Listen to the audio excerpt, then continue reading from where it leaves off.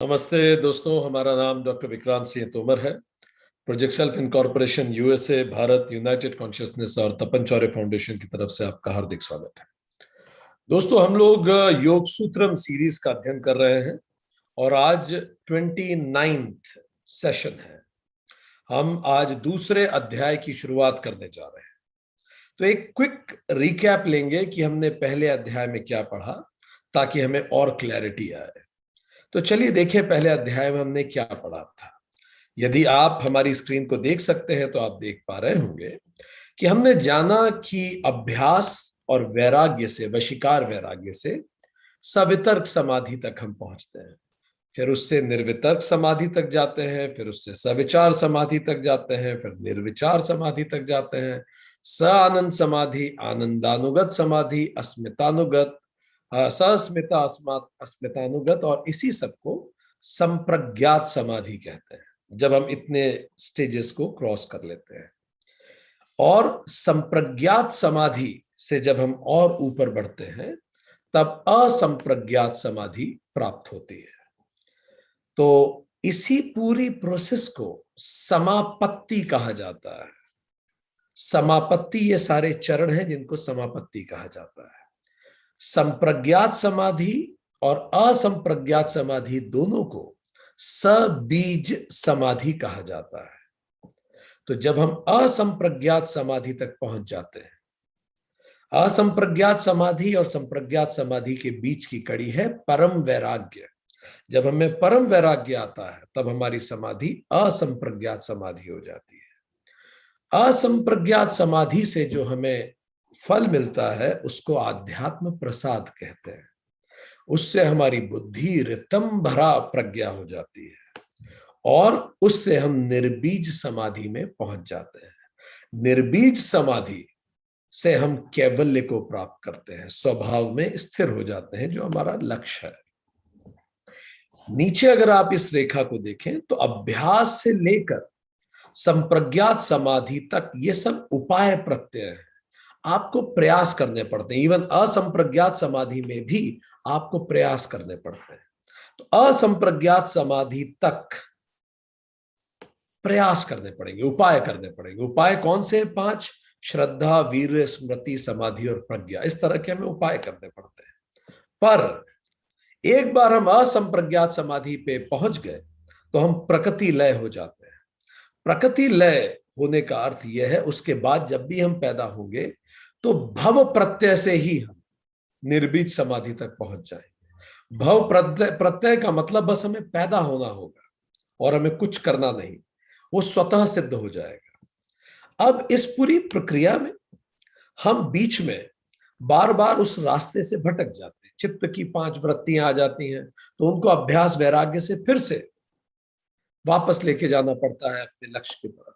कई बार चित्त के 5 विक्षेप, 9 विक्षेप आ जाते हैं, 5 उपविक्षेप आ जाते हैं, उनको फिर से लेके जाना पड़ता है। और उनको वापस ले जाने के लिए 9 उपाय बताए गए: एक तत्व साधना, ब्रह्म विहार, प्राणायाम और बहुत सारी चीजें। तो इन बिगर पिक्चर हमने ये देखा कि पहला चैप्टर में व्हाट बताया गया है, लक्ष्य क्या है, स्वभाव में स्थिर होना, समाधि को प्राप्त करना, इसीलिए समाधि पाद उसका नाम रखा गया। पर अब इस लक्ष्य को पाने के लिए, ये तो व्हाट हो गया, हाउ, कैसे वहां तक पहुंचे, वो साधन दूसरा चैप्टर है। इट इज कॉल्ड साधना पाद। तो दूसरा chapter is how to reach there. चलिए अब शुरू करते हैं। So I hope it is more clear now कि हमने अभी तक क्या पढ़ा। अब दूसरा चैप्टर इज कि कैसे हम उस लक्ष्य तक पहुंचे, उसका साधन क्या है, उसकी अब हम शुरुआत करेंगे। पहला चैप्टर और दूसरे चैप्टर में कई अंतर है। अंतर क्या है पहले हम ये समझें। अगर सब कुछ पहले चैप्टर में बता ही दिया गया है, पहले चैप्टर में तो साधन भी बताए हैं कुछ, पर तो फिर दूसरा चैप्टर क्यों है? लक्ष्य भी बता दिया, कुछ साधन भी बता दिए। तो देखिए, पहले और दूसरे चैप्टर में कई अंतर है। पहला अंतर उद्देश्य का है। पहला चैप्टर लक्ष्य को परिभाषित करता है, लक्ष्य की प्राप्ति के चरण बताता है, साध्य स्पष्ट करता है कि अपने आप को पहचानना, स्वभाव को पहचानना। यह है पहला चैप्टर। दूसरा चैप्टर लक्ष्य की के लिए साधन बताता है, और ये साधना के चरण बताता है। ध्यान दीजिए, वो लक्ष्य के चरण बता रहा है, ये साधना के चरण बता रहा है। ठीक। दूसरा अंतर क्या है? दूसरा अंतर साधन का है। पहले चैप्टर में वैराग्य, अभ्यास, ईश्वर प्राणिधान और अन्य 8 उपाय साधन के रूप में बताए गए, पर ये इतना सरल नहीं है आम व्यक्ति जो, और आप लोगों ने महसूस किया भी था कि very difficult is first chapter. Second chapter बहुत सिंपल है, उसमें 3 नियम बताए जाएंगे और साधना के 5 चरण बताए जाएंगे। ये वेरी सिंपल, आपको पढ़ने में भी बड़ा सरल लगेगा, बहुत ज्यादा मुश्किलें नहीं आएंगी, तो एकदम से इट इज, ये बिल्कुल इंजीनियरिंग की तरह है। फर्स्ट ईयर सबसे कठिन होता है, सेकंड ईयर थोड़ा सरल हो जाता है, तो ये सरल है तुलनात्मक। तीसरा अंतर, योग्यता का अंतर। पहला चैप्टर की योग्यता वो है जो चित्त शुद्धि प्राप्त कर चुके हैं, जिसका चित्त शुद्ध है, पूरा मन बिल्कुल शुद्ध है, प्यूरिफाइड माइंड है, वो उसको समझ पाएगा ढंग से। कर्म योगी के लिए है चैप्टर 1, जो कर्म योग सिद्ध कर चुका है। चैप्टर 2 जबकि आम व्यक्तियों के लिए, बिगिनर्स के लिए है, जो चित्त शुद्धि को प्राप्त करना चाहते हैं, कर नहीं चुके हैं अभी। ठीक। चौथा अंतर, विद्यार्थी का अंतर। चैप्टर 1 के लिए विशिष्ट विद्यार्थी चाहिए, हाईली क्वालिफाइड स्टूडेंट। चैप्टर 2 के लिए एवरी स्टूडेंट इज फाइन। ठीक। छठा अंतर, केंद्रण, फोकस। चैप्टर 1 का फोकस मूल रूप से उपासना योग है। आपने देखा होगा, मेडिटेट कीजिए, कितने 15-16 मेडिटेशन हमने उसमें सीखे। चैप्टर 2 का फोकस मेडिटेशन नहीं है।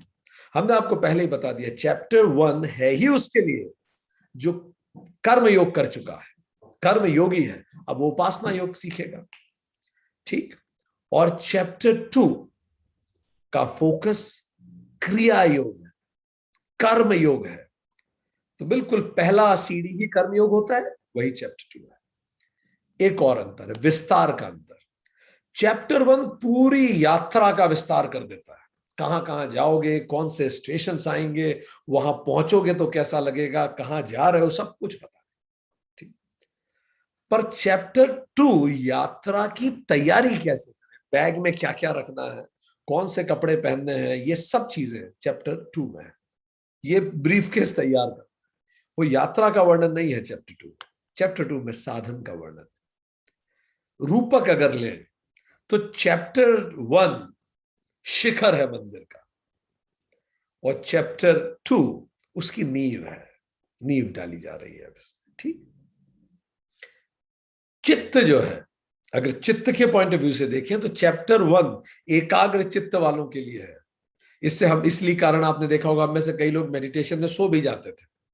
चैप्टर 1 एलिजिबिलिटी है, वो एकाग्र चित्त के लिए है, वही उसको उस फोकस से कर सकता है। चैप्टर 1 हम सब के लिए है। कहने में अजीब है, पर जो कहना पड़ेगा, जैसा ऋषि मुनियों ने कहा, चैप्टर 2 विक्षिप्त चित्त वालों के लिए है। जिनका चित्त विक्षिप्त है उनको चैप्टर 2 बहुत समझ में आएगा इजीली। विक्षिप्त चित्त क्या है, हम पहले पढ़ चुके हैं। जिनका चित्त सांसारिक वासनाओं या राग या द्वेष से मलिन है, अभी उनके मन में अनुराग है, प्रेम है, द्वेष है, ये सब चल रहा है उनके अंदर, और उनके लिए वैराग्य अभी काफी कठिन है, अभ्यास और वैराग्य कठिन है, उनके लिए चैप्टर 2 लिखा गया, बताया गया। तो बधाई हो, ये हम सब के लिए है। चलिए शुरू करते हैं। तो चैप्टर 2 की, अब हम चैप्टर 2 की पहले रूपरेखा जानते हैं। चैप्टर 2 का नाम है Sadhana path. How will you achieve it, how of it, steps क्या होंगे अचीवमेंट के, साधन क्या है, रास्ता क्या है। तो इसमें 55 सूत्र हैं, 55 सूत्र चैप्टर 2 में। ठीक। सूत्र 1 और 2 क्रिया योग को बताते हैं। सूत्र 3 से 9 तक क्लेशों का वर्णन है, दुख क्लेश। सूत्र 10 से 11 क्लेशों की समाप्ति का उपाय है। सूत्र 14 से 12 से 14 क्लेश यदि समाप्त ना हो तो क्या होगा, उसका वर्णन है। सूत्र 15-16 दुख की मीमांसा है, डॉक्टरीन ऑफ दुखा, सफरिंग। सूत्र 17 से 23 तक दृष्टा और दृश्य में अंतराल होने पर किस प्रकार दुख पैदा होता है उसके बारे में चर्चा है। सूत्र 24 और 25 दुख के कारण के रूप में अविद्या को समझाया गया है। सूत्र 26 से 28 विवेक ख्याति का वर्णन है। सूत्र 29 से 55 अष्टांगिक मार्ग का बहिरंग वर्णन है। यम, नियम, आसन, प्राणायाम और प्रत्याहार ये हम पढ़ेंगे 29 से 55 तक। तो ये इसकी एक बड़ी रूपरेखा है चैप्टर 2 की। तो आप सभी को हार्दिक बधाई। शुरू करते हैं परमात्मा को ध्यान करके, महर्षि पतंजलि का धन्यवाद देख के। चैप्टर 2 29 सेशन आज है और हम योग सूत्र के दूसरे अध्याय में प्रवेश कर रहे हैं। तो पहला सूत्र, आपको अंतर दिखने लगेगा दोनों चैप्टर्स में, पहले सूत्र से ही अंतर समझ में आएगा। पहला सूत्र है तप स्वाध्याय ईश्वर प्राणिधानानि क्रिया योग। तप, स्वाध्याय और ईश्वर प्राणिधान ये तीनों क्रिया योग है। याद कीजिए भगवत गीता कर्म योग से शुरू हुई। कृष्ण जी ने बाद में उपासना योग, ज्ञान योग, भक्ति योग सब कुछ समझा दिया, पर शुरू में तो कर्म योग से शुरू हुए थे। योग सूत्र शुरू होता है क्रिया योग से। कारण क्या है? और ये जो कारण है ये बहुत महत्वपूर्ण है, आप सब जिंदगी भर गांठ बांध के रख लीजिए। जब भी हमें किसी को कोई भी बात समझानी है, ठीक, और हम उसे पॉइंट ए से पॉइंट बी तक लेके जाना चाहते हैं, तो यह मस्ट है कि पॉइंट ए वो हो जो जिसको वो जानता है, अन्यथा आप उसे पॉइंट बी तक नहीं ले जा पाएंगे। आपको वहां से शुरू करना पड़ेगा जिसको वो समझता है अच्छे से। आप किसी नए शहर में किसी को पता कैसे बताते हैं? जैसे कोई व्यक्ति आपके शहर में आया, बॉम्बे में आ गया, इंदौर में आया, और वो आपसे फोन लगा के पता पूछ रहा है, भाई आप कहाँ रहते हो? तो आप क्या पूछोगे? आप इस शहर में किसी लैंडमार्क को जानते हैं? Do you know any particular landmark in this city? And यदि कोई बोले हाँ मैं अपेक्स मॉल को जानता हूं, अच्छा हाँ ठीक है, अपेक्स मॉल आपने देखा है ना, उसके दाएं से आप जाइए। तो एक पॉइंट तो आइडेंटिफाई करना पड़ेगा ना, जिसको सुन के कि हाँ ये पता है मुझे, ये आई नो दिस। सो जीवन में जब भी आप किसी को समझाएं, कोई भी बात हो, बच्चा हो, बुजुर्ग हो, कॉलेज में पढ़ा रहे हो, सबऑर्डिनेट को समझा रहे हो, आपका पॉइंट ए वो होना चाहिए जिससे वो तुरंत रिलेट कर सके, समझ सके, फर्स्ट पॉइंट। तो फिर आप उसे पॉइंट बी को तक ले जा पाएंगे। पर अगर आप वो पॉइंट ए से ही नहीं समझ पा रहा है, तो आप क्या उसे पॉइंट बी पे ले जा पाएंगे? सो पॉइंट ए हम सब के लिए क्या है? कर्म योग, क्रिया योग। हम सब करते हैं दिन रात, सरल है समझ, ठीक। इस कारण शुरू होते हैं ये क्रिया योग से। जरा समझे क्रिया योग क्या है। क्रिया दो शब्द से बना है, क्री और या। क्री मीन्स एक्शन, टू एक्ट। या means divinity, higher, love. So kriya means act with divinity, act with higher, act with love is kriya. योग आप अच्छे से जानते हैं, यूनाइट कर दे जो, ठीक, जो जोड़ दे। So direction that unites me with myself is Kriya Yoga. Any action in the direction of self is Kriya Yoga. अपनी ओर चला हुआ हर कदम क्रिया योग है, और अपने से दूर हर कदम क्रिया योग नहीं है। ये बहुत क्लियरली हम समझे। सो हर कदम जो मैं खुद की तरफ ले जा रहा हूं वो क्या है? क्रिया योग है, ठीक। जैसे आज आप ये क्लास अटेंड कर रहे हैं, ये क्या है? क्रिया योग है, ठीक। आप में से कुछ लोग हो सकता है बहुत मेहनत किए हो, थकान हो रही हो और आपको नींद सी आ रही हो, तो क्या हो रहा है? आप क्रिया से प्रतिक्रिया या फिर गलत योग की तरफ आप जा रहे हैं, वो निद्रा की तरफ आप बढ़ते चले जा रहे हैं। ठीक। सो क्रिया योग बहुत सिंपल है। हर कदम जो मैं खुद की तरफ लेता हूं वो क्रिया योग है, और हर कदम जो मैं खुद से दूर लेता हूं वो योग विरुद्ध है। ठीक। जैसे विकर्म, वो कर्म जो करने योग्य नहीं है, जैसे आलस्य करने योग्य नहीं है, जैसे किसी का अहित करने योग्य नहीं, वो सब विकर्म है। तो हम विकर्म से कर्म की तरफ बढ़े, वो करें जो करने योग्य हो। कर्म से निष्काम कर्म की तरफ बढ़े, और निष्काम कर्म से अकर्म की तरफ बढ़े, और अकर्म से मुक्ति की तरफ बढ़े। यह है पूरी यात्रा। विकर्म, कर्म, निष्काम कर्म, अकर्म, और फिर होती है मुक्ति। बिगिनर्स के लिए क्या यात्रा है? विकर्म से कर्म तक पहुंच जाए। ये बिगिनर्स के लिए है कि हम कोई भी काम ऐसा ना करें जो लक्ष्य से दूर ले जा रहा हो। इतना तो करें कम से कम, इतना तो समझें कम से कम। ठीक। छोड़ दें निष्काम कर्म, छोड़ दें अकर्म, छोड़ दें ज्ञान विज्ञान की बातें, छोड़ दें। इतना तो करें कि अगर मुझे वजन कम करना है तो कोई भी काम ऐसा ना करूं जो मेरे वजन को बढ़ाने वाला है। सीधी सी बात है। अगर मुझे एक बड़ी परीक्षा में सेलेक्ट होना है तो कोई भी काम मैं ऐसा ना करूं जो मुझे सफलता से दूर ले जा रहा हो। अगर मुझे जीवन में कुछ करना है तो कोई भी काम मैं ऐसा ना करूं जो मुझे लक्ष्य से दूर ले जा रहा हो। ये सिंपल कॉमन सेंस है। फाइन। सो दैट इज विकर्म से कर्म की तरफ और बिगिनर्स। फिर कर्म से निष्काम कर्म में जाएंगे तो ये पूरी यात्रा, विकर्म से कर्म, कर्म से निष्काम कर्म, ये सब क्या है? क्रिया योग। ये क्रिया योग की यात्रा है, वो आपको वहां से यहां तक लेके आए, पर फिर क्रिया योग रुक जाएगा। उसके बाद आप अकर्म पे जाएंगे, जिसको आप क्या कहते हैं? अक्रिया योग। अब आप उससे परे हो जाते हैं और फिर आप मुक्ति तक पहुंच जाते हैं। तो क्रिया योग आपको तैयार कर देता है पूरी तरह से। ठीक। सो विकर्म से कर्म, कर्म से निष्काम कर्म, ये क्रिया योग का स्कोप है, और आप तैयार होते हैं अकर्म के लिए। फिर आप पूरी तरह से तैयार हैं आगे की यात्रा के लिए। ठीक है। मन स्वतः क्रिया में रुचि लेता है, इसीलिए क्रिया योग से हमने शुरू किया। मन चंचल उछलता रहता, कुछ ना कुछ करूं, कुछ ना मिले तो फिर नींद आ जाएगी, कुछ ना मिले तो बोर होने लगेंगे लोग जो कहते हैं। आजकल ये बोर भी बहुत बड़ा सिंड्रोम है हमारे समाज को, बोर हो रहे हैं। ठीक। सो मन स्वतः क्रिया करना चाहता है, तो क्यों ना उस क्रिया पे ही बात की जाए।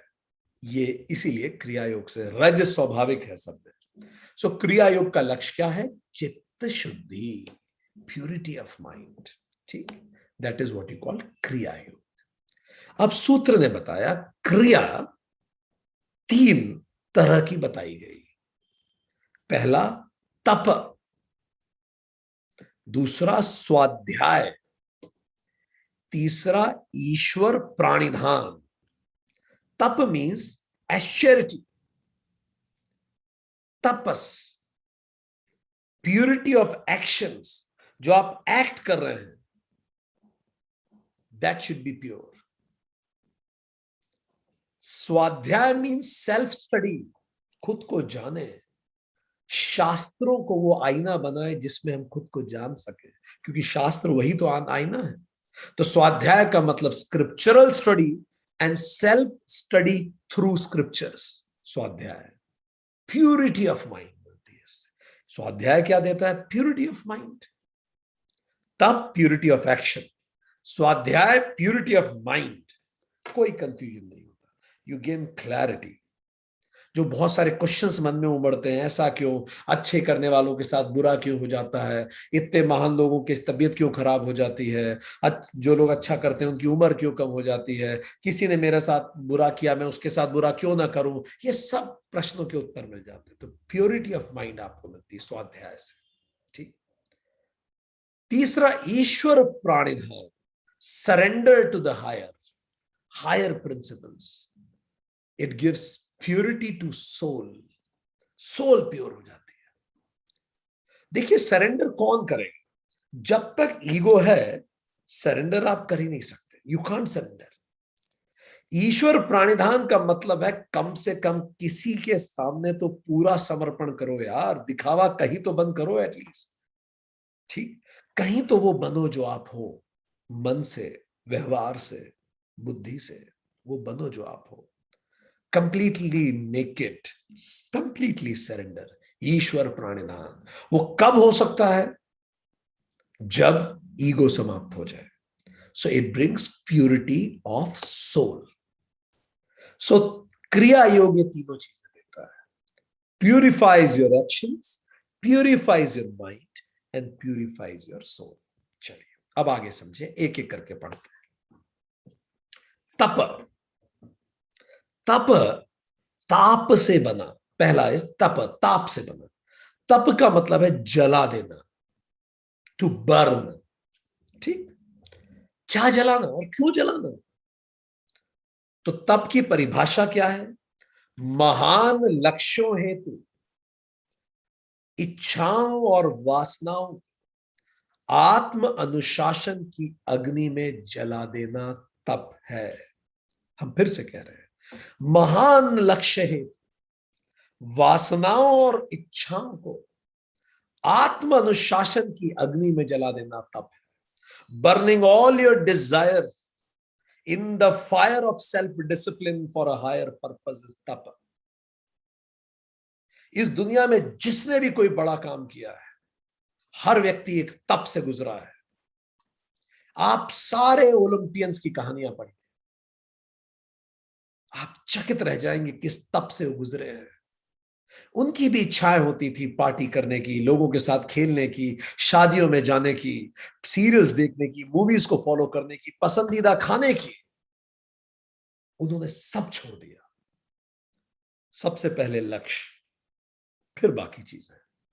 इसको तप कहते हैं, महान उद्देश्य के लिए। आप किसी भी अभिनेता के जीवन के बारे में पढ़ें, आप जहां भी ग्रेटनेस देखेंगे वहां तप होगा। विदाउट तप आप ग्रेट हो ही नहीं सकते, यह असंभव है। हां, अगर विदाउट तप आप ग्रेट हैं तो उसका कारण केवल भव प्रत्यय है। तो उसमें पिछले जन्म में आप तप चुके हैं, पर बिना तप के आप ग्रेट नहीं हो सकते। कहीं ना कहीं, किसी न किसी जन्म में आप उस ताप से गुजरे हैं, उस भट्टी से निकले हैं।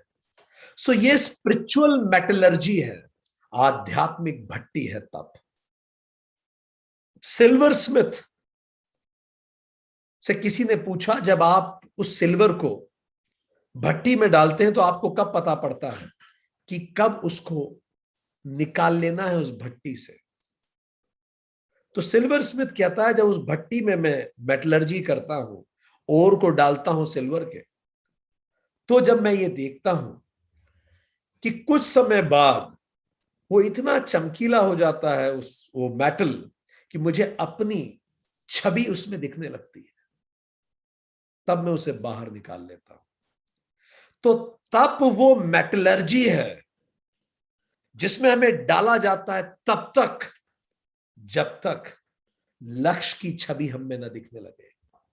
जो स्टूडेंट ऑल इंडिया मेडिकल की तैयारी करते हैं, जो स्टूडेंट आईएएस की तैयारी करते हैं, आईआईटी की तैयारी करते हैं, वो तब तक तप करते हैं जब तक सफलता का प्रतिबिंब उनमें दिखने न लगे। और जैसे ही सफलता रिफ्लेक्ट होने लगती है उनमें, दे गेट थ्रू। कुछ भी, कोई भी चीज आप करना चाहते हैं, it is must to go for a metallurgy. बिना आग से कोई धातु हथियार नहीं बन पाती। बनाने के लिए हमें आग से गुजरना पड़ेगा। सो तप ये है। तप की परिभाषा इस तरह से भी समझी जा सकती है, साधना काल में जब आप साधना कर रहे हैं, जो जो शारीरिक व मानसिक कष्ट प्राप्त हो, उन्हें सहर्ष ईश इच्छा समझकर स्वीकार करना, कोई प्रतिक्रिया न करना तप है।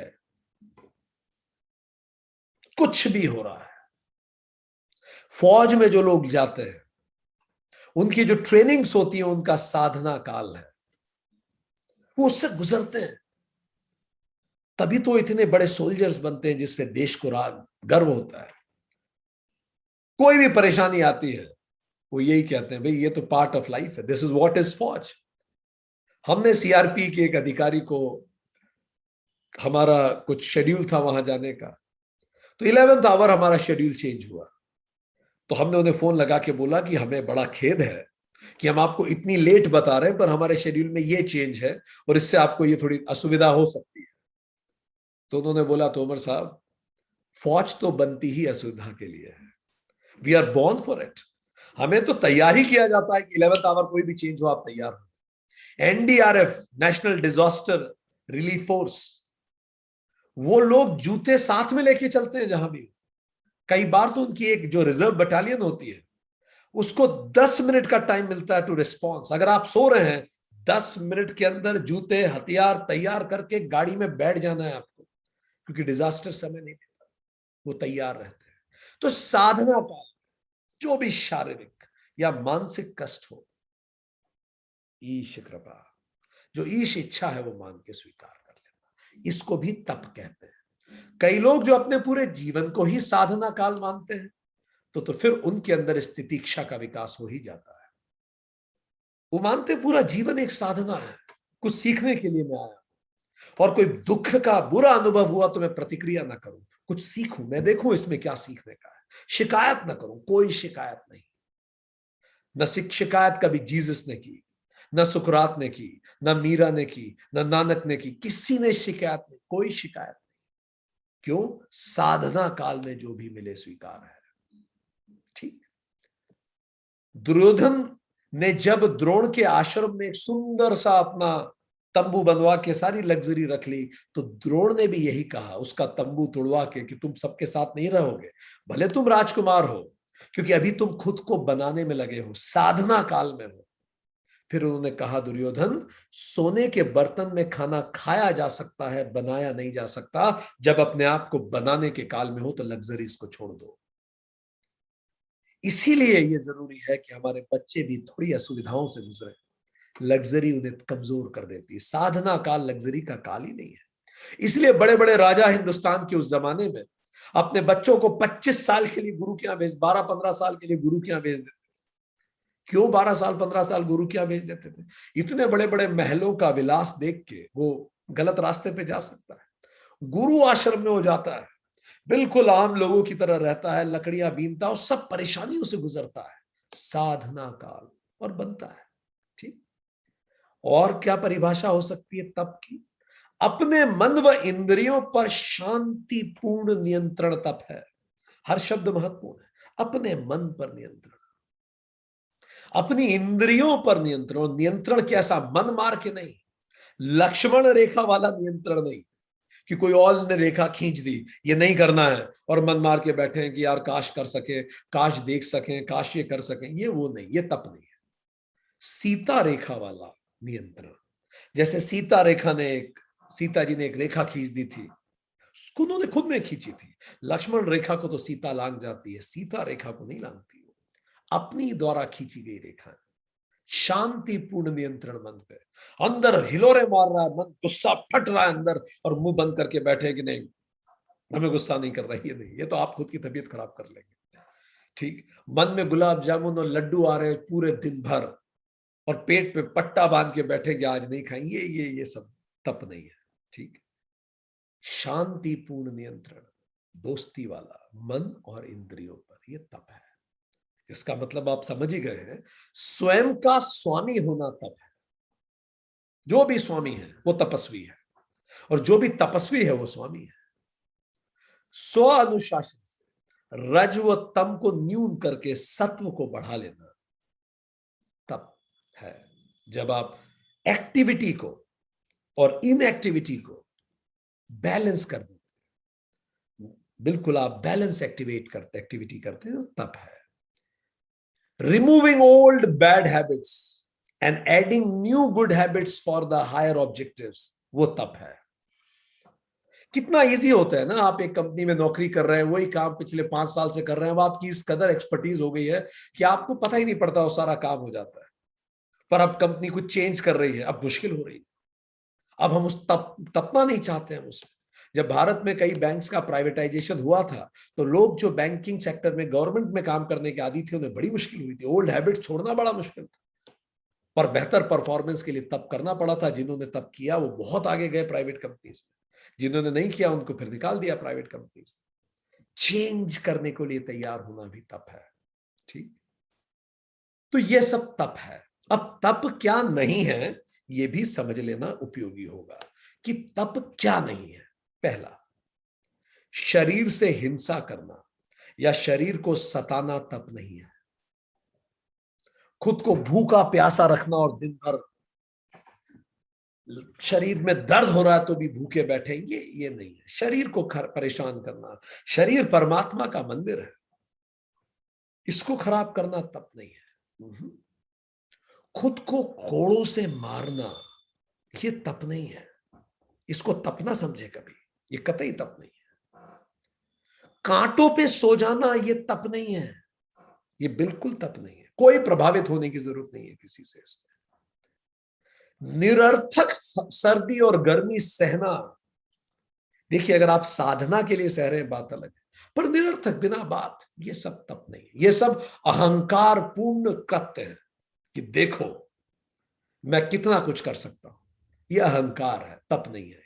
ठीक। दूसरा, मन से हिंसा करना तप नहीं है। दिन भर लड्डू के बारे में सोचना और लड्डू ना खाना यह तप नहीं है। कुट्टू के पराठे खाना यह तप नहीं है व्रत में। मन को मार रहे हैं आप बार बार कि भाई मैं ये खाऊं मैं वो खाऊं, ये सब मन को मारना तप नहीं है। हमने पहले कहा शांतिपूर्ण, अगर आप व्रत कर रहे हैं कुछ भी कर रहे हैं, अगर आपका मन उसी चीज में लगा हुआ है पूरे समय, तो फिर वो तप नहीं है। अपने आप से झूठ ना बोले। शास्त्रों में आता है तच्च चित्त प्रसादनम वागमान मनेन आसेव्यमिति मन्यते। जो तप चित्त की प्रसन्नता हेतु हो, शब्द पे ध्यान दीजिए, जिससे चित्त प्रसन्न हो तथा शरीर व इंद्रियों को पीड़ा कारक ना हो, वही सेवनीय है। यह है तप। उपनिषद में एक लाइन आती है तपसा नाशकेन, जो शरीर का नाशक ना हो वही तप है। So let's be very clear about क्या तप नहीं है और क्या तप है। अब आगे बात करेंगे तप कैसे करें, हाउ टू गो अबाउट। अगर आपको डिटेल में जानना है भगवत गीता का सेशन 37 अटेंड कीजिए, या पढ़ना है तो गीता का चैप्टर 17 पढ़ें, उसमें विस्तार से इस पे बात हुई है। तप कैसे करें? भौतिक जगत के साथ संतुलित समन्वय रखते हुए अपने लक्ष्य की ओर बढ़ना शुरू करें। ठीक, भौतिक जगत के साथ संतुलित समन्वय रखें और धीरे धीरे लक्ष्य की तरफ बढ़े। हर भौतिक एक बैलेंस बनाए अपनी लाइफ। वो है, एक व्यक्ति जब शुरू शुरू में साइकिल चलाता तो कैसा होता, कभी इधर जो हो जाती है कभी इधर हो जाती है, बीच में नहीं रह पाती। तो कई बार जो लोग शुरू करते हैं आध्यात्मिक यात्रा, ठीक है, उनको लगना लगता है अध्यात्म का मतलब लेथार्जी, आराम से लेटो, कोई चीज दुनिया में करने लायक नहीं है। ये सब नहीं है, ये सब आध्यात्मिक है। स्वामी विवेकानंद को आप देखिए, कितनी मेहनत करते थे वो व्यक्ति। यहां से अमेरिका चले गए, अमेरिका जाके उन्होंने इतने व्याख्यान दिए, व्याख्यान देने के बाद व्याख्यान की पेपर कटिंग कर करके भारत भेजते थे। उस समय तो पोस्ट करना पड़ता था, और अपने दोस्त को बोलते थे पत्र लिख के कि ये सारी पेपर कटिंग भारत के न्यूज़पेपर में छपनी चाहिए। कोई दूसरा हो तो ये सोचे। हमने फिर कहा कि जब हम कर्म योग नहीं समझते तो हमारा मन प्योर नहीं होता। तो कई लोग स्वामी विवेकानंद के बारे में क्या कहते हैं कि देखो उनको पॉपुलैरिटी कितनी प्रिय थी। स्वामी विवेकानंद से किसी ने एक बार पूछा भी तो उन्होंने यही कहा, देखिए समझिए उस समय का हिंदुस्तान टेलीकम्युनिकेशन था नहीं, टीवी था नहीं। अब स्वामी जी अमेरिका से जब भारत लौटते तो अमेरिका में उन्होंने क्या किया किसको पता था। तो अगर सबको पता पड़ जाए उन्होंने अमेरिका में क्या किया, तो भारत की उस समय की गुलाम मानसिकता ये थी, जिसने अमेरिका में अच्छा किया कोई महान व्यक्ति हो। तो हजारों की तादाद की भीड़ उनको सुनने को तैयार हो जाती और ज्यादा से ज्यादा लोग तक वेदांत का मैसेज वो पहुंचा सकते थे। उसके लिए वो टूल था केवल एक, it was just a tool that he wanted to be popular in India so that more reachability can be managed. So भौतिक जगत से संतुलित समन्वय कर ले। जो स्वामी विवेकानंद ने किया।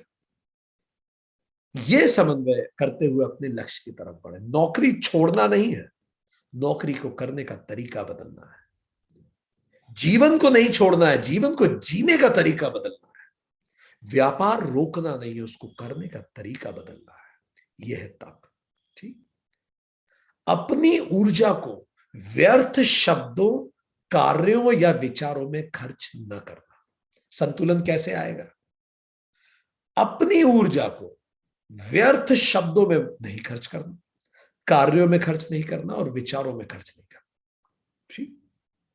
स्वयं से बार बार यह प्रश्न पूछना, क्या ये शब्द, क्या ये कार्य, क्या ये विचार मुझे मेरे लक्ष्य की ओर ले जा रहे हैं? उत्तर मिले ना तो नहीं करो, मत बोलो, चुप हो जाओ। अगर मेरा लक्ष्य है शांति, सामने वाले ने कुछ मुझे कहा और मेरा मन कर रहा मैं भी पलट के बोलूं, चिल्लाऊं, नाराज हूं, रिएक्ट करूं, खुद से पूछे अगर मैं रिएक्ट करूंगा तो क्या ये मुझे शांति की तरफ ले जाएगा? उत्तर मिलेगा नहीं। अगर उत्तर ये मिलता है नहीं, क्योंकि अभी तो मुझे शांति मिलेगी बोल के, पर फिर वो 4 शब्द और बोल देगा, फिर मैं बोलूंगा, फिर वो बोलेगा और पूरी लड़ाई हो जाएगी और बाद में वो शांति भी खत्म हो जाएगी। इसका मतलब मुझे लक्ष्य की तरफ नहीं ले जा रहा, कीप मान। ठीक। क्या ये विचार मुझे मेरे लक्ष्य की तरफ ले जा रहा है? मेरा मोबाइल गिर गया, चोरी हो गया, अब मैं बहुत परेशान हूं, मैं क्या करूं, इतने पैसे बर्बाद हो गए, इतना डेटा मिस हो गया, ये हो गया, वे हो गया। अब गया ना, पुलिस में रिपोर्ट कर दी ना आपने, अब ढूंढेंगे तो वही। ठीक। अब इस विचार से आप कितना परेशान हो रहे, तो क्या ये परेशानी आपको आपके लक्ष्य की तरफ ले जा रही है? क्या है आपका लक्ष्य? To be a balance person? नहीं। तो फिर ये विचार सोचने लायक नहीं है। ठीक। कोई भी कार्य है, मैं खाना खा रहा हूं, खाना बहुत टेस्टी बना है, पेट भर गया, अच्छे से पता है पेट भर गया, उठ गए, पर फिर से मन करा एक रोटी और खा लो। खुद से पूछे क्या ये कार्य मुझे मेरे लक्ष्य की तरफ ले जा रहा है? लक्ष्य क्या है? संतुलित और स्वस्थ शरीर। ये गोल्डन क्वेश्चन है। हर जगह हर समय खुद से यही पूछिए, क्या ये मुझे अपने लक्ष्य की ओर ले जा रहा है? लक्ष्य क्या है? स्वात्मानुभूति। ये ना भी हो तो कम से कम होलिस्टिक वेलबीइंग तो लक्ष्य है। मानसिक, शारीरिक, आध्यात्मिक रूप से स्वस्थ होना, तो ये तो होगा ही कम से कम। शांति लक्ष्य हो सकता है, ये प्रश्न पूछिए। और ये जितनी ऊर्जा बचे, अब क्या होगा जब आप फालतू में बोलेंगे नहीं? ठीक है, मौन रहे, जब तभी बोले जब अनिवार्य ही हो जाए। एक बच्चा था, हमने सुना, माता पिता जब वो बच्चा हुआ बड़े खुश हुए, पर बच्चा कुछ बोला ही नहीं। 1 साल बीता, 2 साल बीता, 3 साल बीता, 4 साल बीता, माता पिता को चिंता होने लगी है तो बोलता ही नहीं है। 5 साल का बच्चा हो गया, एक शब्द मुंह से नहीं निकाला। डॉक्टर्स को दिखाया, डॉक्टर भी समझ नहीं पा रहे कि इसके मुंह में तो सब कुछ ठीक है, सब सारा ग्लैंड ग्लैंड सब परफेक्ट है, पर ये बोलता ही नहीं है। बड़े परेशान हो गए सब। 6ठा साल चल रहा था, एक शब्द नहीं बोला। अचानक माताजी किचन में काम कर रही थी, बच्चा चिल्लाया, अरे दूध दो ना जल्दी, मुझे दूध पीना है। माता के तो आंखों में, कानों में विश्वास नहीं हुआ कि क्या बच्चे की आवाज आई। रोंगटे खड़े हो गए। उसने पलट के पूछा, क्या बोला तुमने? तो उसने बोला, दूध लाओ ना, मैं वेट कर रहा हूं। तो माता ने बोला कि तुम बोल सकते हो? तो उसने बोला, हाँ मैं बोल सकता हूं। तो माता ने बोला, तुम आज तक क्यों नहीं बोले? बच्चे ने बोला, कभी जरूरत ही नहीं पड़ी। आप लोग इतना ध्यान रखते हो मेरी हर चीज का, उठने, खाने, सोने का, बोलने से पहले चीज आ जाती है, मैं बोलूं ही क्यों? अभी तक जरूरत ही नहीं पड़ी थी, तो जब जरूरत पड़े तभी बोले। वही सोचे जो लक्ष्य की तरफ ले जाता है। इससे बहुत सारी ऊर्जा बचती है। ठीक। देखिए, समझिए, दिमाग इसी में तो थक जाता है, फालतू के थॉट, शब्द और एक्शंस। ये जो अब ऊर्जा बच रही है, अब इसको अपने लक्ष्य पे लगा दीजिए। सो ये क्या कर रहे हैं आप एनर्जी कंजर्वेशन कर रहे हैं। तो तप क्या है? It is internal power management system. ये इंटरनल पावर मैनेजमेंट सिस्टम है। जिसमें आप एनर्जी कंजर्व कर। दो लोग आपस में बात कर रहे हैं, आपसे बात नहीं हो रही, फिर भी आपका मन होगा मैं बोलूं उसमें। ये तप के विरुद्ध रास्ता है। आपसे पूछा नहीं ना, मत बोलिए। हाँ, वो दोनों बात कर रहे हैं, आपको लग रहा है दोनों बात गलत है, तो भी चुप रहिए जब तक कुछ घनघोर अनिष्ट नहीं होने जा रहा। और घनघोर अनिष्ट कुछ होता नहीं है, फालतू की पंचायत ही होती है एक्चुअली। ठीक, चुप रहें, आप देखेंगे जीवन और बेहतर हो जाएगा। जब आपसे बात नहीं की जा रही तो चुप रहिए। आपसे मुखातिब हो तो राय दीजिए। एनर्जी कंजर्वेशन, ठीक, एनर्जी प्रोडक्शन, इससे बहुत सारी एनर्जी बचेगी, प्रोड्यूस होगी। ठीक, फिर इस एनर्जी का यूटिलाइजेशन कीजिए, फिर लक्ष्य की तरफ लगा दीजिए इसको। तो क्या है ये? Internal power management system, energy conservation, production and utilisation, conserving energy from all unproductive areas and utilising them in self inquiry. हर तरफ से एनर्जी विड्रॉ कर ले और फिर उसको सेल्फ इंक्वायरी में लगाए। हमने कहीं पहले आप लोगों को बताया भी होगा, लाओ त्से बोलते ही नहीं थे। उनके पड़ोस में, अब बहुत फेमस भी थे पूरे चाइना में, उनके पड़ोसियों ने भी उनसे सालों से कोई बात नहीं की थी। ये लाओ त्से और उनका पड़ोसी एक साथ सुबह घूमने जाते थे, सालों से, डेकेड से साथ में घूम रहे थे, पर आज तक एक भी शब्द बात नहीं की थी लाओ त्से ने उससे। सुबह जाते थे साथ में, वापस आ जाते थे, कोई बात नहीं। उस पड़ोसी के घर एक रिश्तेदार आया, उसने लाओ त्से का बड़ा नाम सुना था। रिश्तेदार ने बोला कि मैं भी कल आप लोगों के साथ घूमने चलूंगा, मुझे लाओ त्से से मिलने का क्रेज है। पड़ोसी ने बोला तुम चलना, पर तुम कुछ बोलना मत, वो बोलता नहीं है, बिल्कुल चुप। तो तीनों ये घूमने गए सुबह, बहुत दूर तक गए, 1 घंटा हो गया पूरे गए। इसके मन में बार बार आ रहा था मैं कुछ तो पूछूं, आप कैसे हैं, गुड मॉर्निंग तो बोल ही दूं कम से कम। पर इसको इसको इसका बहुत मन भी हो रहा था, पर उसको याद आ रहा था कि मत बोलना नहीं है।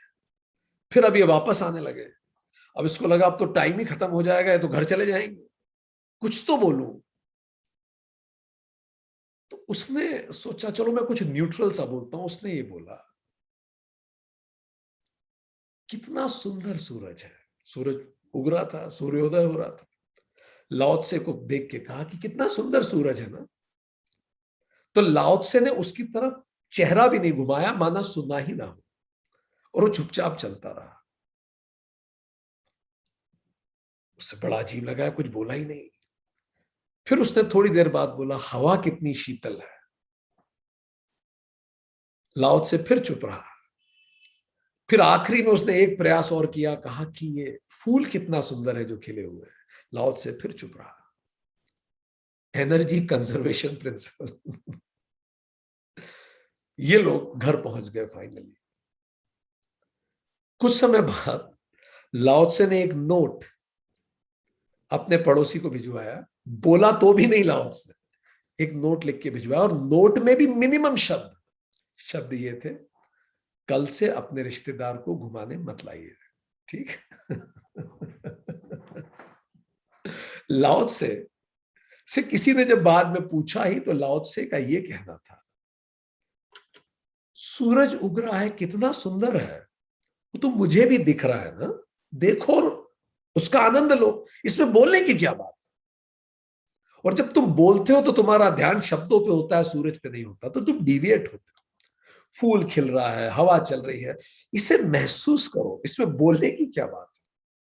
सो ही इस हद तक लोग एनर्जी कंजर्वेशन में जाते हैं। आप सोचिए, हम थोड़ा तो शुरू करें, एटलीस्ट आज से शुरू करें। ठीक है। सो अगर अभी भी समझ में नहीं आ रहा, तो आप किसी सीईओ की लाइफ को देखिए, life of a chief executive officer. चलिए हम आपको बताते हैं, इस दुनिया की जो 100 सबसे बड़ी कंपनीज है, उनके सीईओ की लाइफ बताते हैं। हमने थोड़ा उनके बारे में पढ़ने का प्रयास किया, वो कैसे जीते हैं। हमसे तो अपने घर का काम खत्म नहीं होता, वो इतनी बड़ी बड़ी कंपनीज कैसे चला लेते और फिर भी फिट रहते हैं। फॉर्च्यून 100 कंपनीज में से एक का भी सीईओ ओवरवेट नहीं है, वो अपने शरीर के लिए समय निकाल लेता है। और हम छोटी छोटी कंपनी चला के हमारे पास टाइम ही नहीं होता, घर में ही हमारे पास टाइम नहीं होता, इतना काम हो जाता है। वो कैसे करते हैं? हमने सोचा, हमने पढ़ा, तो हम आपको बताएं वो कैसे करते हैं, शायद मदद, वो अपनी एनर्जी कैसे, वो तप, उनका तप क्या है फॉर द हायर। ठीक है, स्टीफन कोवी एक विद्वान हुए, उन्होंने कहा अपने जो समय को 4 पार्ट में डिवाइड कीजिए, जो भी काम आप करते हैं उसको 4 पार्ट में डिवाइड कीजिए। चौथा कौन सा होता है? Unurgent, non urgent and non important, उसमें सारे काम लिख लीजिए। चलिए हम आपको कुछ समय का समय दे रहे हैं, सोचिए जरा ऐसे कौन कौन से काम हैं जो ना तो अर्जेंट है ना इंपॉर्टेंट है तो भी आप करते हैं। सोचिए, जैसे नेटफ्लिक्स पे मिर्जापुर देखना ना तो अर्जेंट है ना इंपॉर्टेंट है। जैसे दोस्तों से गप्पे मारना, ना तो अर्जेंट है ना इंपॉर्टेंट है। जैसे व्हाट्सएप को स्क्रॉल करते रहना, ना तो अर्जेंट है ना इंपॉर्टेंट है। जैसे फेसबुक को स्क्रॉल करते रहना, और सोच सकते हैं आप कई चीजें। सोच लिया आपने कुछ? अब इसको पूरी लिस्ट बना दीजिए, जितनी लिस्ट आप सोच सोच के रख सकते हैं, कौन कौन सी चीजें हैं जो ना तो इंपॉर्टेंट है ना अर्जेंट है। इंपॉर्टेंट की परिभाषा क्या है दोस्तों? जो मुझे जीवन के लक्ष्य की तरफ ले जा रहा है वो इंपॉर्टेंट है। जो भी जीवन के लक्ष्य की तरफ ले जाता है इंपॉर्टेंट है, यही परिभाषा है। ठीक, अब तीसरा, चौथा तो ये, तीसरा कौन सा? कई चीजें जो अर्जेंट तो है पर इंपॉर्टेंट नहीं है। अर्जेंट तो है, इंपॉर्टेंट नहीं है। वो सारे कौन से काम है वो लिख दीजिए। अर्जेंट है पर इंपॉर्टेंट नहीं है। जैसे बॉस ने आपको मीटिंग में बुला लिया, ठीक, अर्जेंट है, तुरंत जाना पड़ेगा। मीटिंग अटेंड करने के बाद लगा बहुत ही फालतू की मीटिंग थी, फुल टाइम वेस्ट। ये क्या हो गया? Urgent but not important, important नहीं थी। ठीक, और बहुत सारी चीजें आप सोच सकते हैं जो अर्जेंट है पर इंपॉर्टेंट नहीं है। आपके दोस्त ने आपको बोला कि भाई ये मेरी थोड़ी सी मदद कर दे काम में, आपने उसकी मदद कर दी, आपने बोला हाँ ठीक है मैं कर दूंगा, और बाद में आप पछता रहे, यार क्या मेरे पास खुद के पास इतना काम है, अब क्या करूं मैं। अब हाँ बोल दी तो करना पड़ेगा, अर्जेंट हो गया, इंपॉर्टेंट बिल्कुल नहीं। कई लोग जो ना नहीं बोल पाते, उनको प्रॉब्लम होती है, मना नहीं कर पाते, उनके लिए भी प्रॉब्लम, वो बहुत सारे ऐसे काम इकट्ठे करते हैं, अर्जेंट है पर इंपॉर्टेंट नहीं। ठीक, आपको कहीं बुलाया कि आप आइए उद्घाटन कीजिए, अब आपका बिल्कुल मन नहीं है कि आप जाएं और उद्घाटन करें, पर आप मना नहीं कर पा रहे, तो अब आप क्या करेंगे? हाँ बोल देंगे, और बाद में आप वहां जाएंगे, आपको लगेगा आपका टाइम वेस्ट हो रहा है। क्या करेंगे? एनर्जी बेकार हो रही है आपकी। अब आइए नंबर 2 पे, वो सारे काम लिखिए जो अर्जेंट तो नहीं है पर इंपॉर्टेंट बहुत है। क्या काम ऐसे हो सकते हैं जो अर्जेंट नहीं है पर बहुत इंपॉर्टेंट है? टाइप 2 में, जैसे अर्जेंट नहीं है पर इंपॉर्टेंट बहुत है। जैसे बच्चों को समय ना देना, ये बिल्कुल अर्जेंट नहीं है। मतलब बच्चों को समय देना ये बिल्कुल अर्जेंट नहीं है। आप आज समय नहीं दें तो बच्चों का जीवन बर्बाद नहीं हो जाए, पर ये इंपॉर्टेंट है बहुत। ठीक, जैसे एग्जाम जो 1 साल बाद होने वाली है उसकी तैयारी करना, आज तैयारी नहीं करें 1 साल बाद की परीक्षा में तो आप फेल नहीं हो जाएंगे, पर ये इंपॉर्टेंट बहुत है। जैसे कल सुबह आप उठ के योग आसन चालू ना करें तो शरीर बर्बाद नहीं हो जाएगा आपका, ये अर्जेंट नहीं है पर ये इंपॉर्टेंट है। ठीक, जैसे आप कुछ नया नहीं सीख रहे हैं, अगर आप आज कुछ नया नहीं सीखते तो आप खत्म हो जाएंगे जीवन में, ऐसा नहीं है। ये अर्जेंट नहीं है पर ये इंपॉर्टेंट है। वो सारे काम लिखिए, वो काम जो आपको अपने लक्ष्य की तरफ ले जाते हैं, आपको अच्छे से पता है, पर वो अर्जेंट नहीं है तो आप अभी कर नहीं रहे कुछ भी। ठीक, हर वो काम इसमें लिखिए जो काम आप अभी नहीं कर रहे हैं पर आपको अच्छे से पता है अगर आप रेगुलरली करें तो आपका व्यक्तिगत और व्यवसायिक जीवन और बेहतर हो जाएगा। जैसे बॉस से नेटवर्किंग करना, जैसे शरीर पे ध्यान देना, जैसे रिश्तों पे ध्यान देना, जैसे कुछ लर्निंग करना। वो काम कौन से हैं जो आज आप नहीं कर रहे हैं पर आपको अच्छे से पता है अगर आपने रेगुलरली किया आपका जीवन बहुत बेहतर हो जाएगा, वो लिख लीजिए उसमें। अब आया 1, टाइप 1, वो क्या है? ना तो इंपॉर्टेंट ना urgent, sorry, urgent and important both, sorry, type 1 is urgent and important both. कई काम है, ऑडिट हो गया तुरंत करना पड़ेगा, अर्जेंट भी है इंपॉर्टेंट भी है। बच्चे को चोट लगी तुरंत दौड़ना पड़ेगा, अर्जेंट भी है इंपॉर्टेंट भी है। मीटिंग अटेंड करनी, अर्जेंट भी इंपॉर्टेंट भी है। उस सबको लिख लीजिए। ठीक, तो अपने पूरे दिन को 4 पार्ट में डिवाइड कर लीजिए। सारे काम जितने आप करते हैं उसको 4 पार्ट में डिवाइड कर दीजिए। टाइप 4 जो ना तो अर्जेंट है ना इंपॉर्टेंट है फिर भी आप कर रहे हैं, उन लिस्ट कर लीजिए उन्हें।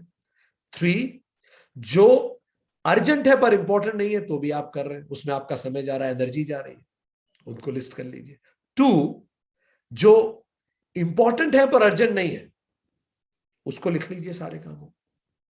और 1 जो अर्जेंट भी है इंपॉर्टेंट भी है। चलिए अब चैट बॉक्स में लिख के बताइए आपको क्या लगता है जो सीईओज होते हैं सबसे बड़ी कंपनीज का, वो अपना कितना प्रतिशत समय इन चारों में से किन कामों में बिताते होंगे।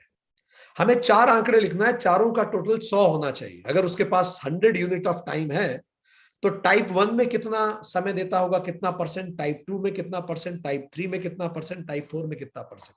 अभी आपको समझ में आ जाएगा सीईओ माइंडसेट क्या होता है।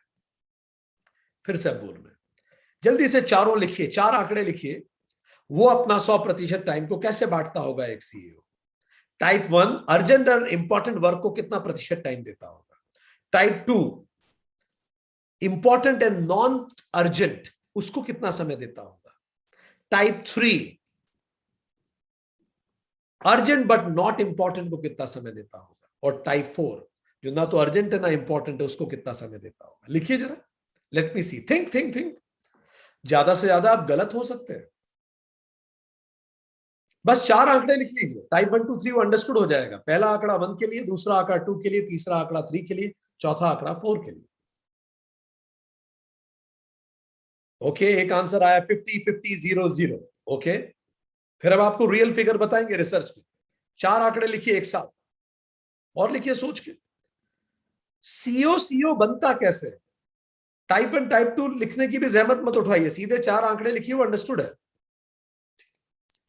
60 10 10 10 okay, 70 25 5 okay, okay, 50 20 20 10 okay, 70 20 10 0 okay. अब सुनिए, हम आपको रियल आंसर बताते हैं। ये रिसर्च हुई और रिसर्च में पाया कि दुनिया के सबसे बड़े सीईओज का टाइम स्पैन है, हम लिखते हैं writing a message for everybody, आपको समझ में आ जाएगा। पहला क्वाड्रेंट में कितना समय बिता रहे हैं, दूसरे में कितना समय बिता रहे हैं। हम 4 आंकड़े लिख रहे हैं बस आपको चैट बॉक्स में। सी 10 90 0 0। क्वाड्रेंट 1 अर्जेंट एंड इंपॉर्टेंट 10% समय जाता है उनका इसमें। Quadrant 2 important but not urgent, पूरा समय उसमें लगाते हैं क्योंकि वो स्टेट्समैन है, वो दूर तक देखते हैं। वो ऐसा कोई काम नहीं करते जो इंपॉर्टेंट ना, सवाल ही नहीं। अगर सीईओ कोई काम कर रहा है तो वो इंपॉर्टेंट है, इसीलिए वो कर रहा है, पीरियड, बात खत्म। इस कदर एनर्जी कंजर्वेशन करते हैं वो लोग। टाइप 4 तो सवाल ही नहीं उठता। अगर आपको सीईओ कुछ भी करता हुआ दिख रहा है, इवन वो गोल्फ खेल रहा है, वो जरूर कहीं ना कहीं इंपॉर्टेंट होगा, वो कुछ सोच रहा है उसके साथ। Think, so it's very much important कि आप, अगर आपको जीवन में प्रोफेशनल ग्रोथ भी करनी है तो भी यही करना पड़ेगा, आध्यात्मिक ग्रोथ करनी है तो भी यही करना पड़ेगा, तप ग्रोथ करना पड़ेगी आपको। It is must. एक बहुत बड़े भारत के पीएसयू के सीएमडी से हमारी मुलाकात हुई। हमने पूछा कि आप इतना बड़ी कंपनी कैसे मैनेज करते हैं, लाखों एम्प्लॉइज आपके, अकेले आप सीएमडी, आपको समय की कमी नहीं होती। उन्होंने जो बात कही वो बड़े पते की है, हमें छू गई। उन्होंने कहा, डॉक्टर तोमर, व्यस्त होने का एकमात्र मतलब यह है आप किसी और का काम कर रहे हैं, बस इसको गांठ बांध दीजिए। ठीक, पता लगाइए कौन कौन से दूसरों के काम है जो मैं आज कर रहा हूं अपने जीवन में, उसको रोक दीजिए। कैसे रोकें, हम आपको तरीका बताते हैं। हर बार काम करने से पहले ये लाइन खुद से पूछिए, do I have to do this, do I have to do this. दिन में 100 बार पूछिए, कोई भी काम कर रहे हैं कुछ मुझसे पूछिए, पर्सनल प्रोफेशनल वॉट। पहला शब्द डू आई। आई का मतलब क्या मेरे द्वारा किया जाना ही अनिवार्य है? क्या मेरे द्वारा ये किया जाना अनिवार्य है? ये क्वेश्चन बार बार पूछिए।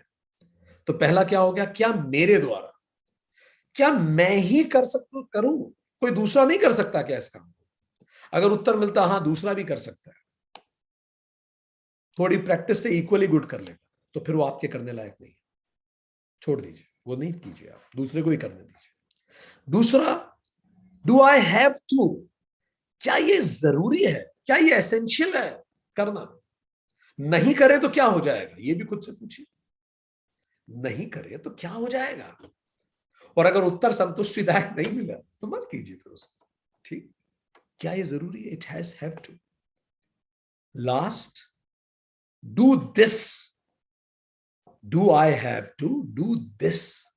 किसी और तरीके से नहीं किया जा सकता, कुछ और नहीं किया जा सकता इसकी जगह।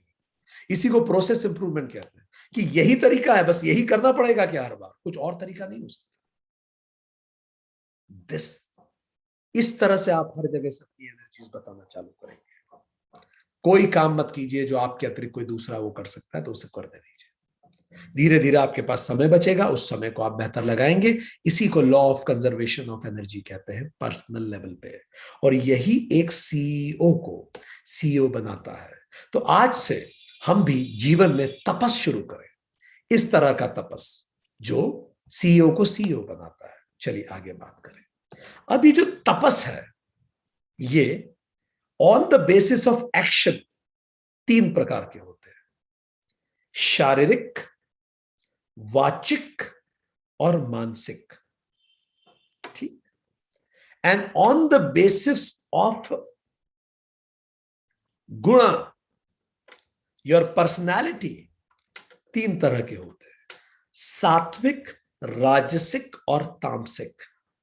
तो 3 शारीरिक, वाचिक और मानसिक, और 3 सात्विक, राजसिक और तामसिक। ये 3 इंटू 3 9 टाइप्स बन गए, क्योंकि शारीरिक भी सात्विक, राजसिक और तामसिक हो सकता है, वाचिक भी सात्विक, राजसिक और तामसिक हो सकता है, और मानसिक भी सात्विक, राजसिक और तामसिक हो सकता है। इसको कहा जाता है तप मैट्रिक्स। ये एक मैट्रिक्स है। ठीक है, तो चलिए शुरू करें। कैसे, एक एक करके थोड़ा सा इसको समझते हैं। इसको आगे अपन कंटिन्यू करेंगे। शारीरिक तप समझते हैं। शरीर से जो तप किया जाए उसको शारीरिक तप कहते हैं। भगवत गीता में बार बार इसका उल्लेख है। ध्यान दें, तप लक्ष्य की तरफ बढ़ना तप है। ठीक है, लक्ष्य के मार्ग में जो परेशानियां आए उसको और प्रतिकार भाव से स्वीकार करना तप है। तो शारीरिक तप क्या है? शारीरिक तप भगवान कृष्ण भगवत गीता में अध्याय 6 में श्लोक 17वें में बताते हैं। आप याद कीजिए, अपने सेशंस में भी हम लोगों ने इस पे कई बार बात की है, पर प्रसंगवश हमें फिर से करनी पड़ेगी। दैट इज कॉल्ड युक्ताहार विहारस्य, युक्त चेष्टस्य कर्मसु, युक्त सपनावबोधस्य योगो भवति दुःखा। युक्त आहार। अगर आप आज से प्रण लें, अब हम आपको पॉइंटर्स ऑफ एक्शन बता रहे हैं। अगर आप आज से प्रण लें कि आप शारीरिक तप शुरू करेंगे, तो पहला क्या करें? युक्त आहार, पेट भर खाना इसी पल से बंद कीजिए। 25% भूख रहनी चाहिए आपको हमेशा। धीरे धीरे आदत हो जाएगी और आप लाइट महसूस करेंगे। आज से बंद कीजिए, पेट भर के खाना ही नहीं। और अगर डकार आ गई है उसके बाद तो खाना महापाप है। ठीक है, सूर्यास्त के बाद में भोजन बनने के 3 घंटे के अंदर उसे खा लें। और वही ध्यान रखें कि ये मेरे स्वाद के लिए है या स्वास्थ्य के लिए। ये करने में आपको कष्ट होगा, इसीलिए तो ये तप है। तप में कष्ट तो होता है, पर तप कष्ट से ही तो बुजुर्ग के बनता है। कहानियां ऐसी ही थोड़ी बनती हैं आपके बारे में, isn't it? तो युक्त आहार, ये तो मुंह का आहार हो गया, ठीक। कानों का आहार, आज से बात शुरू करें। आप वही सुनेंगे जो आपको आपके लक्ष्य की तरफ ले जा रहा है। कोई व्यक्ति अगर आपसे मिसबिहेव करता है, बदतमीजी करता है, तो प्रयास करें वहां उसकी संगत से दूर रहे। प्रतिकार करने की जगह आप इग्नोर करें, उन चीजों को कान में मत पड़ने दीजिए। इतने सारे आजकल अब्यूजिव लैंग्वेज की चीजें टीवी पे मौजूद है। वो क्या आपका, अगर आपका लक्ष्य उस दिशा में जा रहा है तो बात अलग है, पर अगर आपका लक्ष्य नहीं है तो एंटरटेनमेंट के कुछ बेहतर साधन भी उपलब्ध हैं। थोड़ा सा प्रयास कीजिए, वो भी मिल जाएंगे, उनको ढूंढिए, वो सुनिए जो लक्ष्य की तरफ ले जा रहा है, ठीक। तीसरा, सुनने के अतिरिक्त, क्योंकि आप जो सुनते हैं आप उसी स्तर पे आ जाते हैं।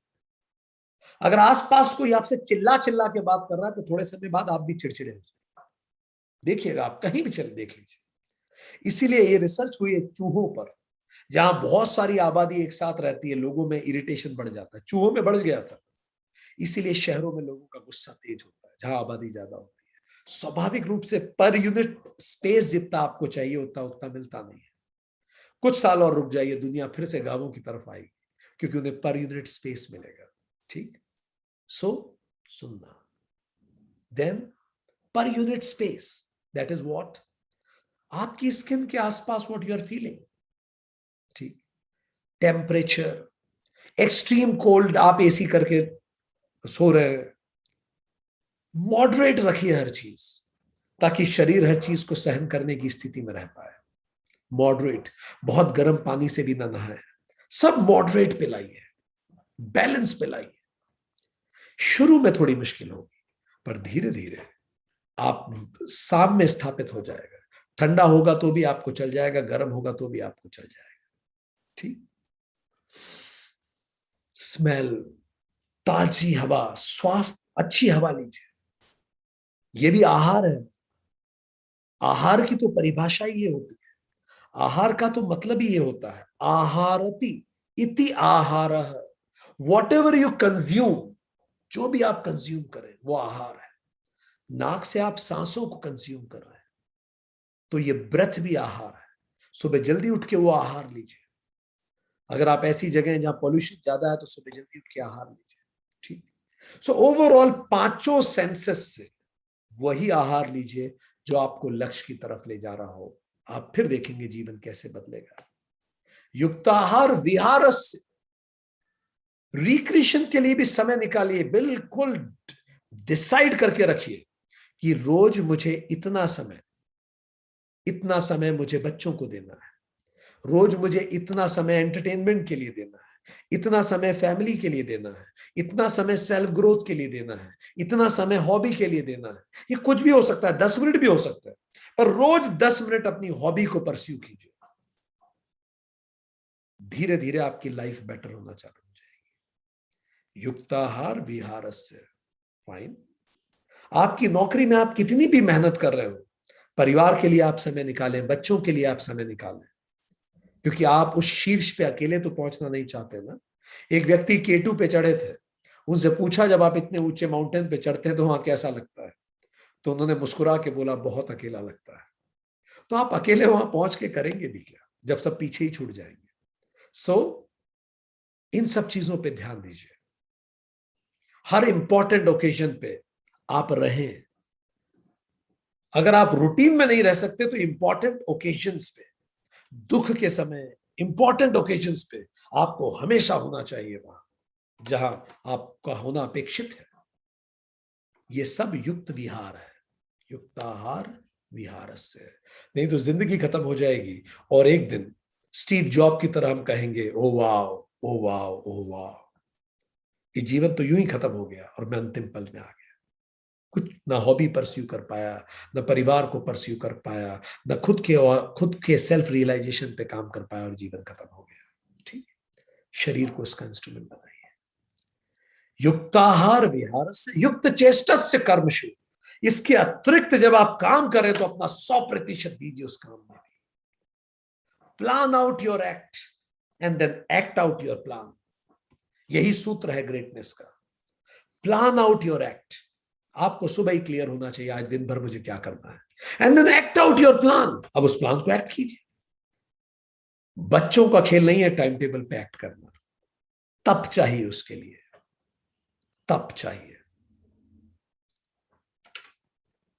हम एक इंडियन इंस्टीट्यूट ऑफ मैनेजमेंट में एक प्रेजेंटेशन देते थे, तो वहां जब कई स्टूडेंट से बात हुई तो उन्होंने बताया कि हमारे यहां ये परंपरा है कि अगर असाइनमेंट सबमिशन की लास्ट डेट 25 तारीख है और अगर कोई भी व्यक्ति 24 तारीख को असाइनमेंट बनाता हुआ दिख गया तो हम 24 तारीख को हम में से कोई भी उसका असाइनमेंट उसके हाथ से खींच के जला सकता है और वो बुरा नहीं मानेगा।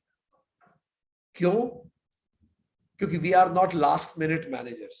आपको शुरू से पता था 25 तारीख असाइनमेंट सबमिशन की डेट है, आप लास्ट मिनट क्यों तैयारी कर रहे हैं? ये एक पुअर मैनेजमेंट का तरीका है। तो लास्ट मिनट नहीं, वो कहते हैं डेडलाइन का मतलब यह है या तो मैं टाइम टेबल के अनुसार उस लाइन पे हूं, नहीं तो मैं डेड हूं। यही दो बातें हैं। जो मैंने टाइम टेबल बनाया है उस पल उस समय आप मुझे आके देख लें, मैं आपको उस समय उस पल वही करता मिलूंगा। यही तप है। युक्त चेष्टा से करके देखिए, तप लगता है। ठीक। एंड नो कहना चालू कीजिए। अपने आप फालतू के काम आपके पास से खत्म होने लगेंगे, आपकी एनर्जी बचेगी। ठीक। स्ट्रेटेजी क्या है? वो जो टाइप 4 काम है ना आपके, जो ना इंपॉर्टेंट है ना अर्जेंट है, उनके लिए स्ट्रेटेजी क्या है? Delete it. डिलीट कर दीजिए उसे। ठीक। टाइप 3 के लिए स्ट्रेटेजी क्या है? जो अर्जेंट तो है पर बिल्कुल इंपॉर्टेंट नहीं है, डेलीगेटेड, किसी दूसरे को दे दीजिए करने के लिए। यही तो करते हैं सीईओस, इसलिए वहां दोनों में 0-0 है।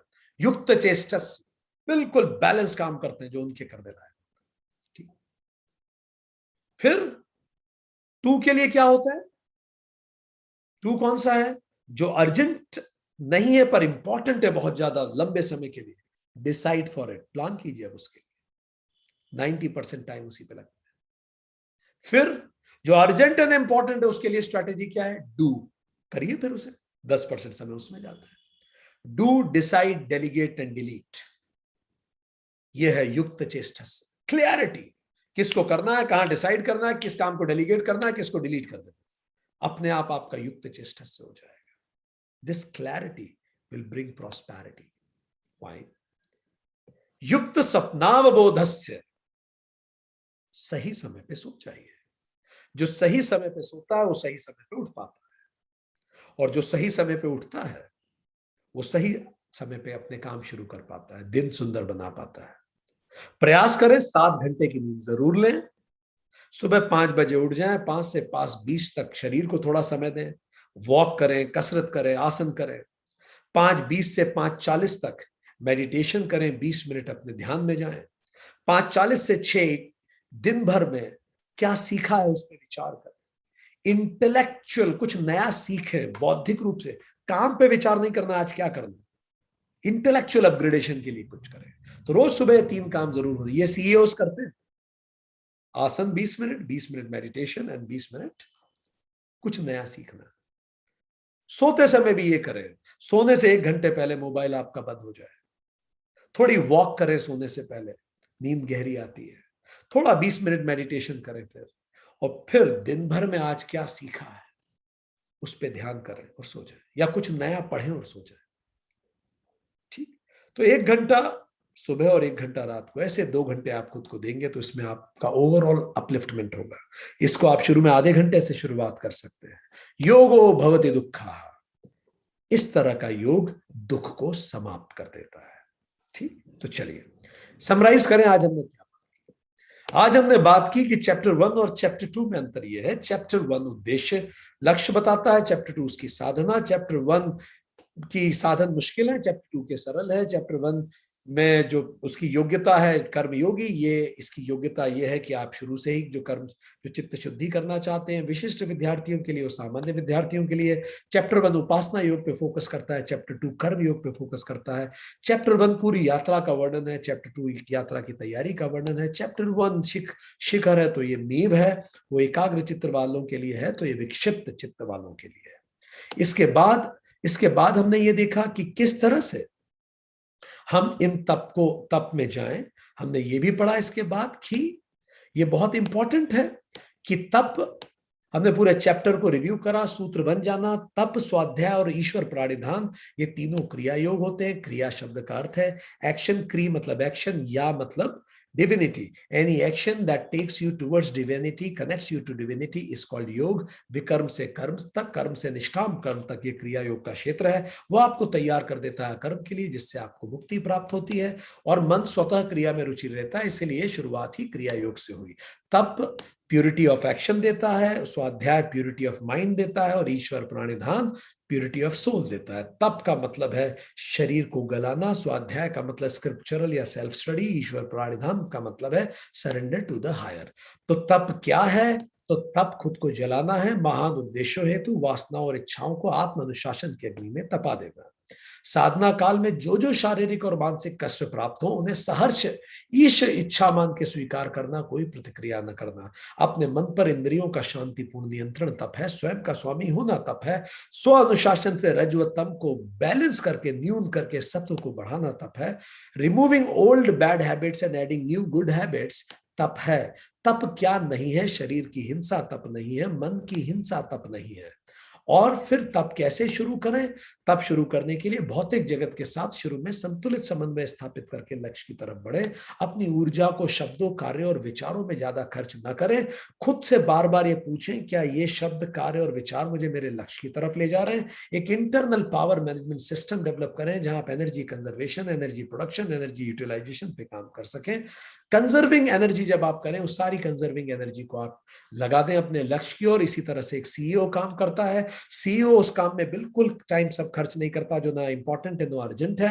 वो उस काम में भी समय नहीं देता जो जो इंपॉर्टेंट नहीं है पर अर्जेंट है। वो 90% समय देता है जो इंपॉर्टेंट है पर आज अर्जेंट नहीं दिख रहा, और वो 10% समय देता है अर्जेंट और इंपॉर्टेंट को। हर काम करने से पहले खुद से ये पूछिए, do I have to do this? जब आप ये बार बार खुद से पूछेंगे, अपने आप देखेंगे कि आप काम डेलीगेट करने लगेंगे। और फिर हमने ये जाना कि तब कई प्रकार के होते हैं। 3 प्रकार: on the basis of action, शारीरिक, वाचिक और मानसिक; on the basis of personality, सात्विक, राजसिक और तामसिक। इस तरह से 3x3 9 मैट्रिक्स, 3x3 का मैट्रिक्स तैयार होता है। पहला तक शारीरिक तप। शारीरिक तप में भगवत गीता का चैप्टर 6 वर्स 17 हमने जाना। युक्त आहार विहारस्य, युक्त सपनावबोधस्य, युक्त आहार विहारस्य, युक्त चेष्टस्य कर्मशु, युक्त सपनावबोधस्य योगो भवति दुःखाः। तो कैसे हम आहार 5 सेंसेस से संतुलित लें, अपने विहार को संतुलित करें, अपनी चेष्टा को संतुलित करें, कहाँ डू करना है, कहाँ डिसाइड करना है, कहाँ डेलीगेट करना है और कहाँ डिलीट करना है, उसमें क्लियर हो। युक्त सपनावबोधस्य, समय पे उठें, समय पे सोएं, अपनी सोने और उठने की क्वालिटी को सुधारें। योगो भवति दुःखाः, और इसी से योग स्थापित होता है। आज हमने केवल तप का शारीरिक हिस्से पे बात की। आज के लिए इतना ही। आप